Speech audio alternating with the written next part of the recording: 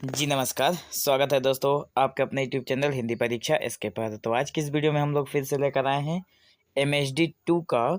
यहाँ पे मैं लिखा नहीं हूँ MHD 2, ठीक है।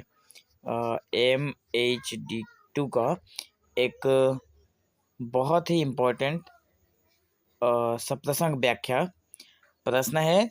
जीर्ण है शीर्ण शरीर, तुझे बुलाता कृषक अधीर। ए विप्लव के वीर, चूस लिया है उसका सार। हार मात्र ही है आधार, ये जीवन के पारावार।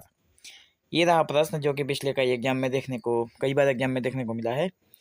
तो इसके हम लोग प्रसंग में ये ऊपर वाला टाइपिंग थोड़ा इधर उधर हो गया है, ठीक है। यहाँ पे संदर्भ होगा, ठीक है। यहाँ पे संदर्भ होगा, संदर्भ में लिखेंगे उपरोक्त पंक्तियां सूर्यकांत त्रिपाठी निराला द्वारा रचित बादल राग कविता के भाग 6 से लिया गया है। यह पंक्ति किसान की व्यथा और संघर्ष को प्रकट करती है। मतलब ये जो पंक्ति है, जीर्ण है शीर्ण शरीर, इसमें क्या है कि ये सूर्यकांत त्रिपाठी द्वारा अर्थात निराला द्वारा रचित जो बादल राग कविता है उसके उसी से दिया गया है, उसी में से, ठीक है। इसमें बताया गया है कि किसान की व्यथा और संघर्ष को प्रकट किया गया है, जो भारतीय किसानों की दुर्दशा का चित्रण करता है। इन पंक्तियों में कवि ने किसानों की दयनीय स्थिति और उनकी मेहनत के बावजूद उनके जीवन में आई कठिनाइयों को व्यक्त किया है।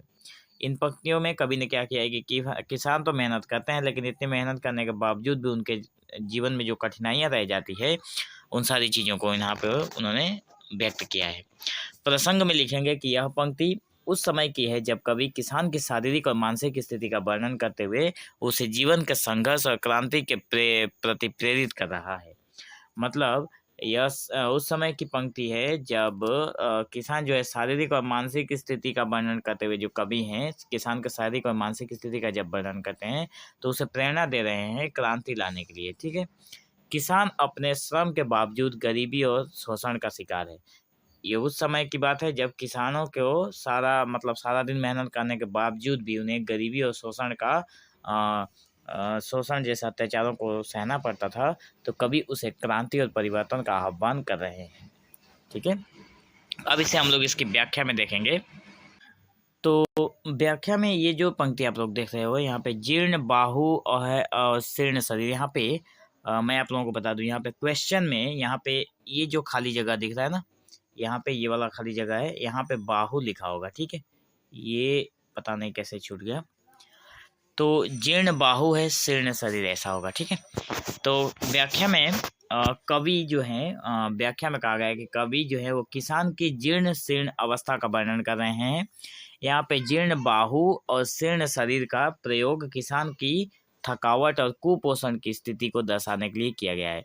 जीर्ण और शीर्ण यहाँ पे किसान की जो थकावट है, जो किसान थक हार मार के बैठा हुआ है, और उसके कुपोषण की जो स्थिति वर्तमान में बनी हुई है उसी का चित्रण है। किसान की सारी ऊर्जा, उसकी जितनी शक्ति थी और उसका सारी ऊर्जा और ताकत शोषणकारी व्यवस्था ने चूस लिया है। किसान की सारी शक्ति को जो शोषणकारी व्यवस्था सिस्टम चल रहा है उसने सारी की सारी मेहनत को चूस लिया है, और वो केवल हड्डियों का ढांचा भर रह गया है। जो किसान है उसके शरीर पर केवल हड्डी का ढांचा रह गया है। इसके बावजूद कभी उसे विप्लव का वीर भी कहकर संबोधित करता है, क्योंकि यह इतने बड़े विप्लव में भी वो वीर है जो अकेला खड़ा है, जो उसकी आंतरिक शक्ति और बदलाव लाने की क्षमता पर विश्वास को प्रकट करता है। ये बताता है कि जो किसान है उसकी आंतरिक शक्ति है, और वो चाहता है कि अपनी आंतरिक शक्ति के चलते बदलाव लाने की क्षमता को, विश्वास को प्रकट करता है कवि किसानों के अंदर। कवि जो है, कवि उसे आह्वान करता है कि वो अपनी परिस्थितियों से उठकर क्रांति के लिए अग्रसर हो। मतलब वो इन शोषणकारी प्रवृत्तियों से उठकर इस व्यवस्था को खत्म करे और अपनी इस परिस्थिति से उठकर क्रांति के लिए अग्रसर, मतलब आगे बढ़े। संदेश है कि इस पंक्ति के माध्यम से कवि ने शोषित किसान को प्रेरणा देते हुए यह संदेश दिया है कि परिस्थितियां चाहे कितनी भी कठिन क्यों न हो, संघर्ष और क्रांति के माध्यम से जीवन में बदलाव संभव है। चाहे परिस्थिति कैसा भी हो, इस पंक्तियों के माध्यम से कवि ये कहना चाहते हैं कि चाहे जीवन की परिस्थिति चाहे कैसी भी हो, लेकिन संघर्ष और क्रांति करके उसे बदला जा सकता है। अगर क्रांति नहीं करने का अगर समय नहीं है तो आप संघर्ष करिए। जैसे कि आप अगर पढ़ाई कर रहे हैं तो आप अपने पढ़ाई को मन लगा कर पढ़िए, ताकि अपने संघर्ष के बल पर आप अपने जीवन को बदल सके।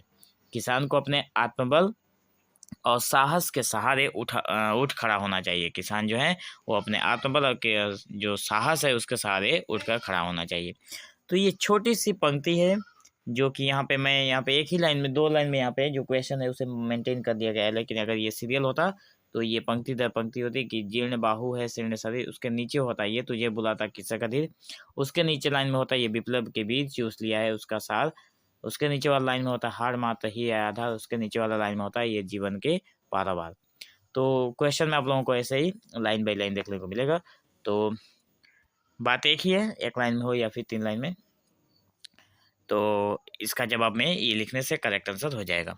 सो मिलते हैं एक नेक्स्ट वीडियो में, और वीडियो में अंत तक बने रहने के लिए आपका बहुत बहुत धन्यवाद।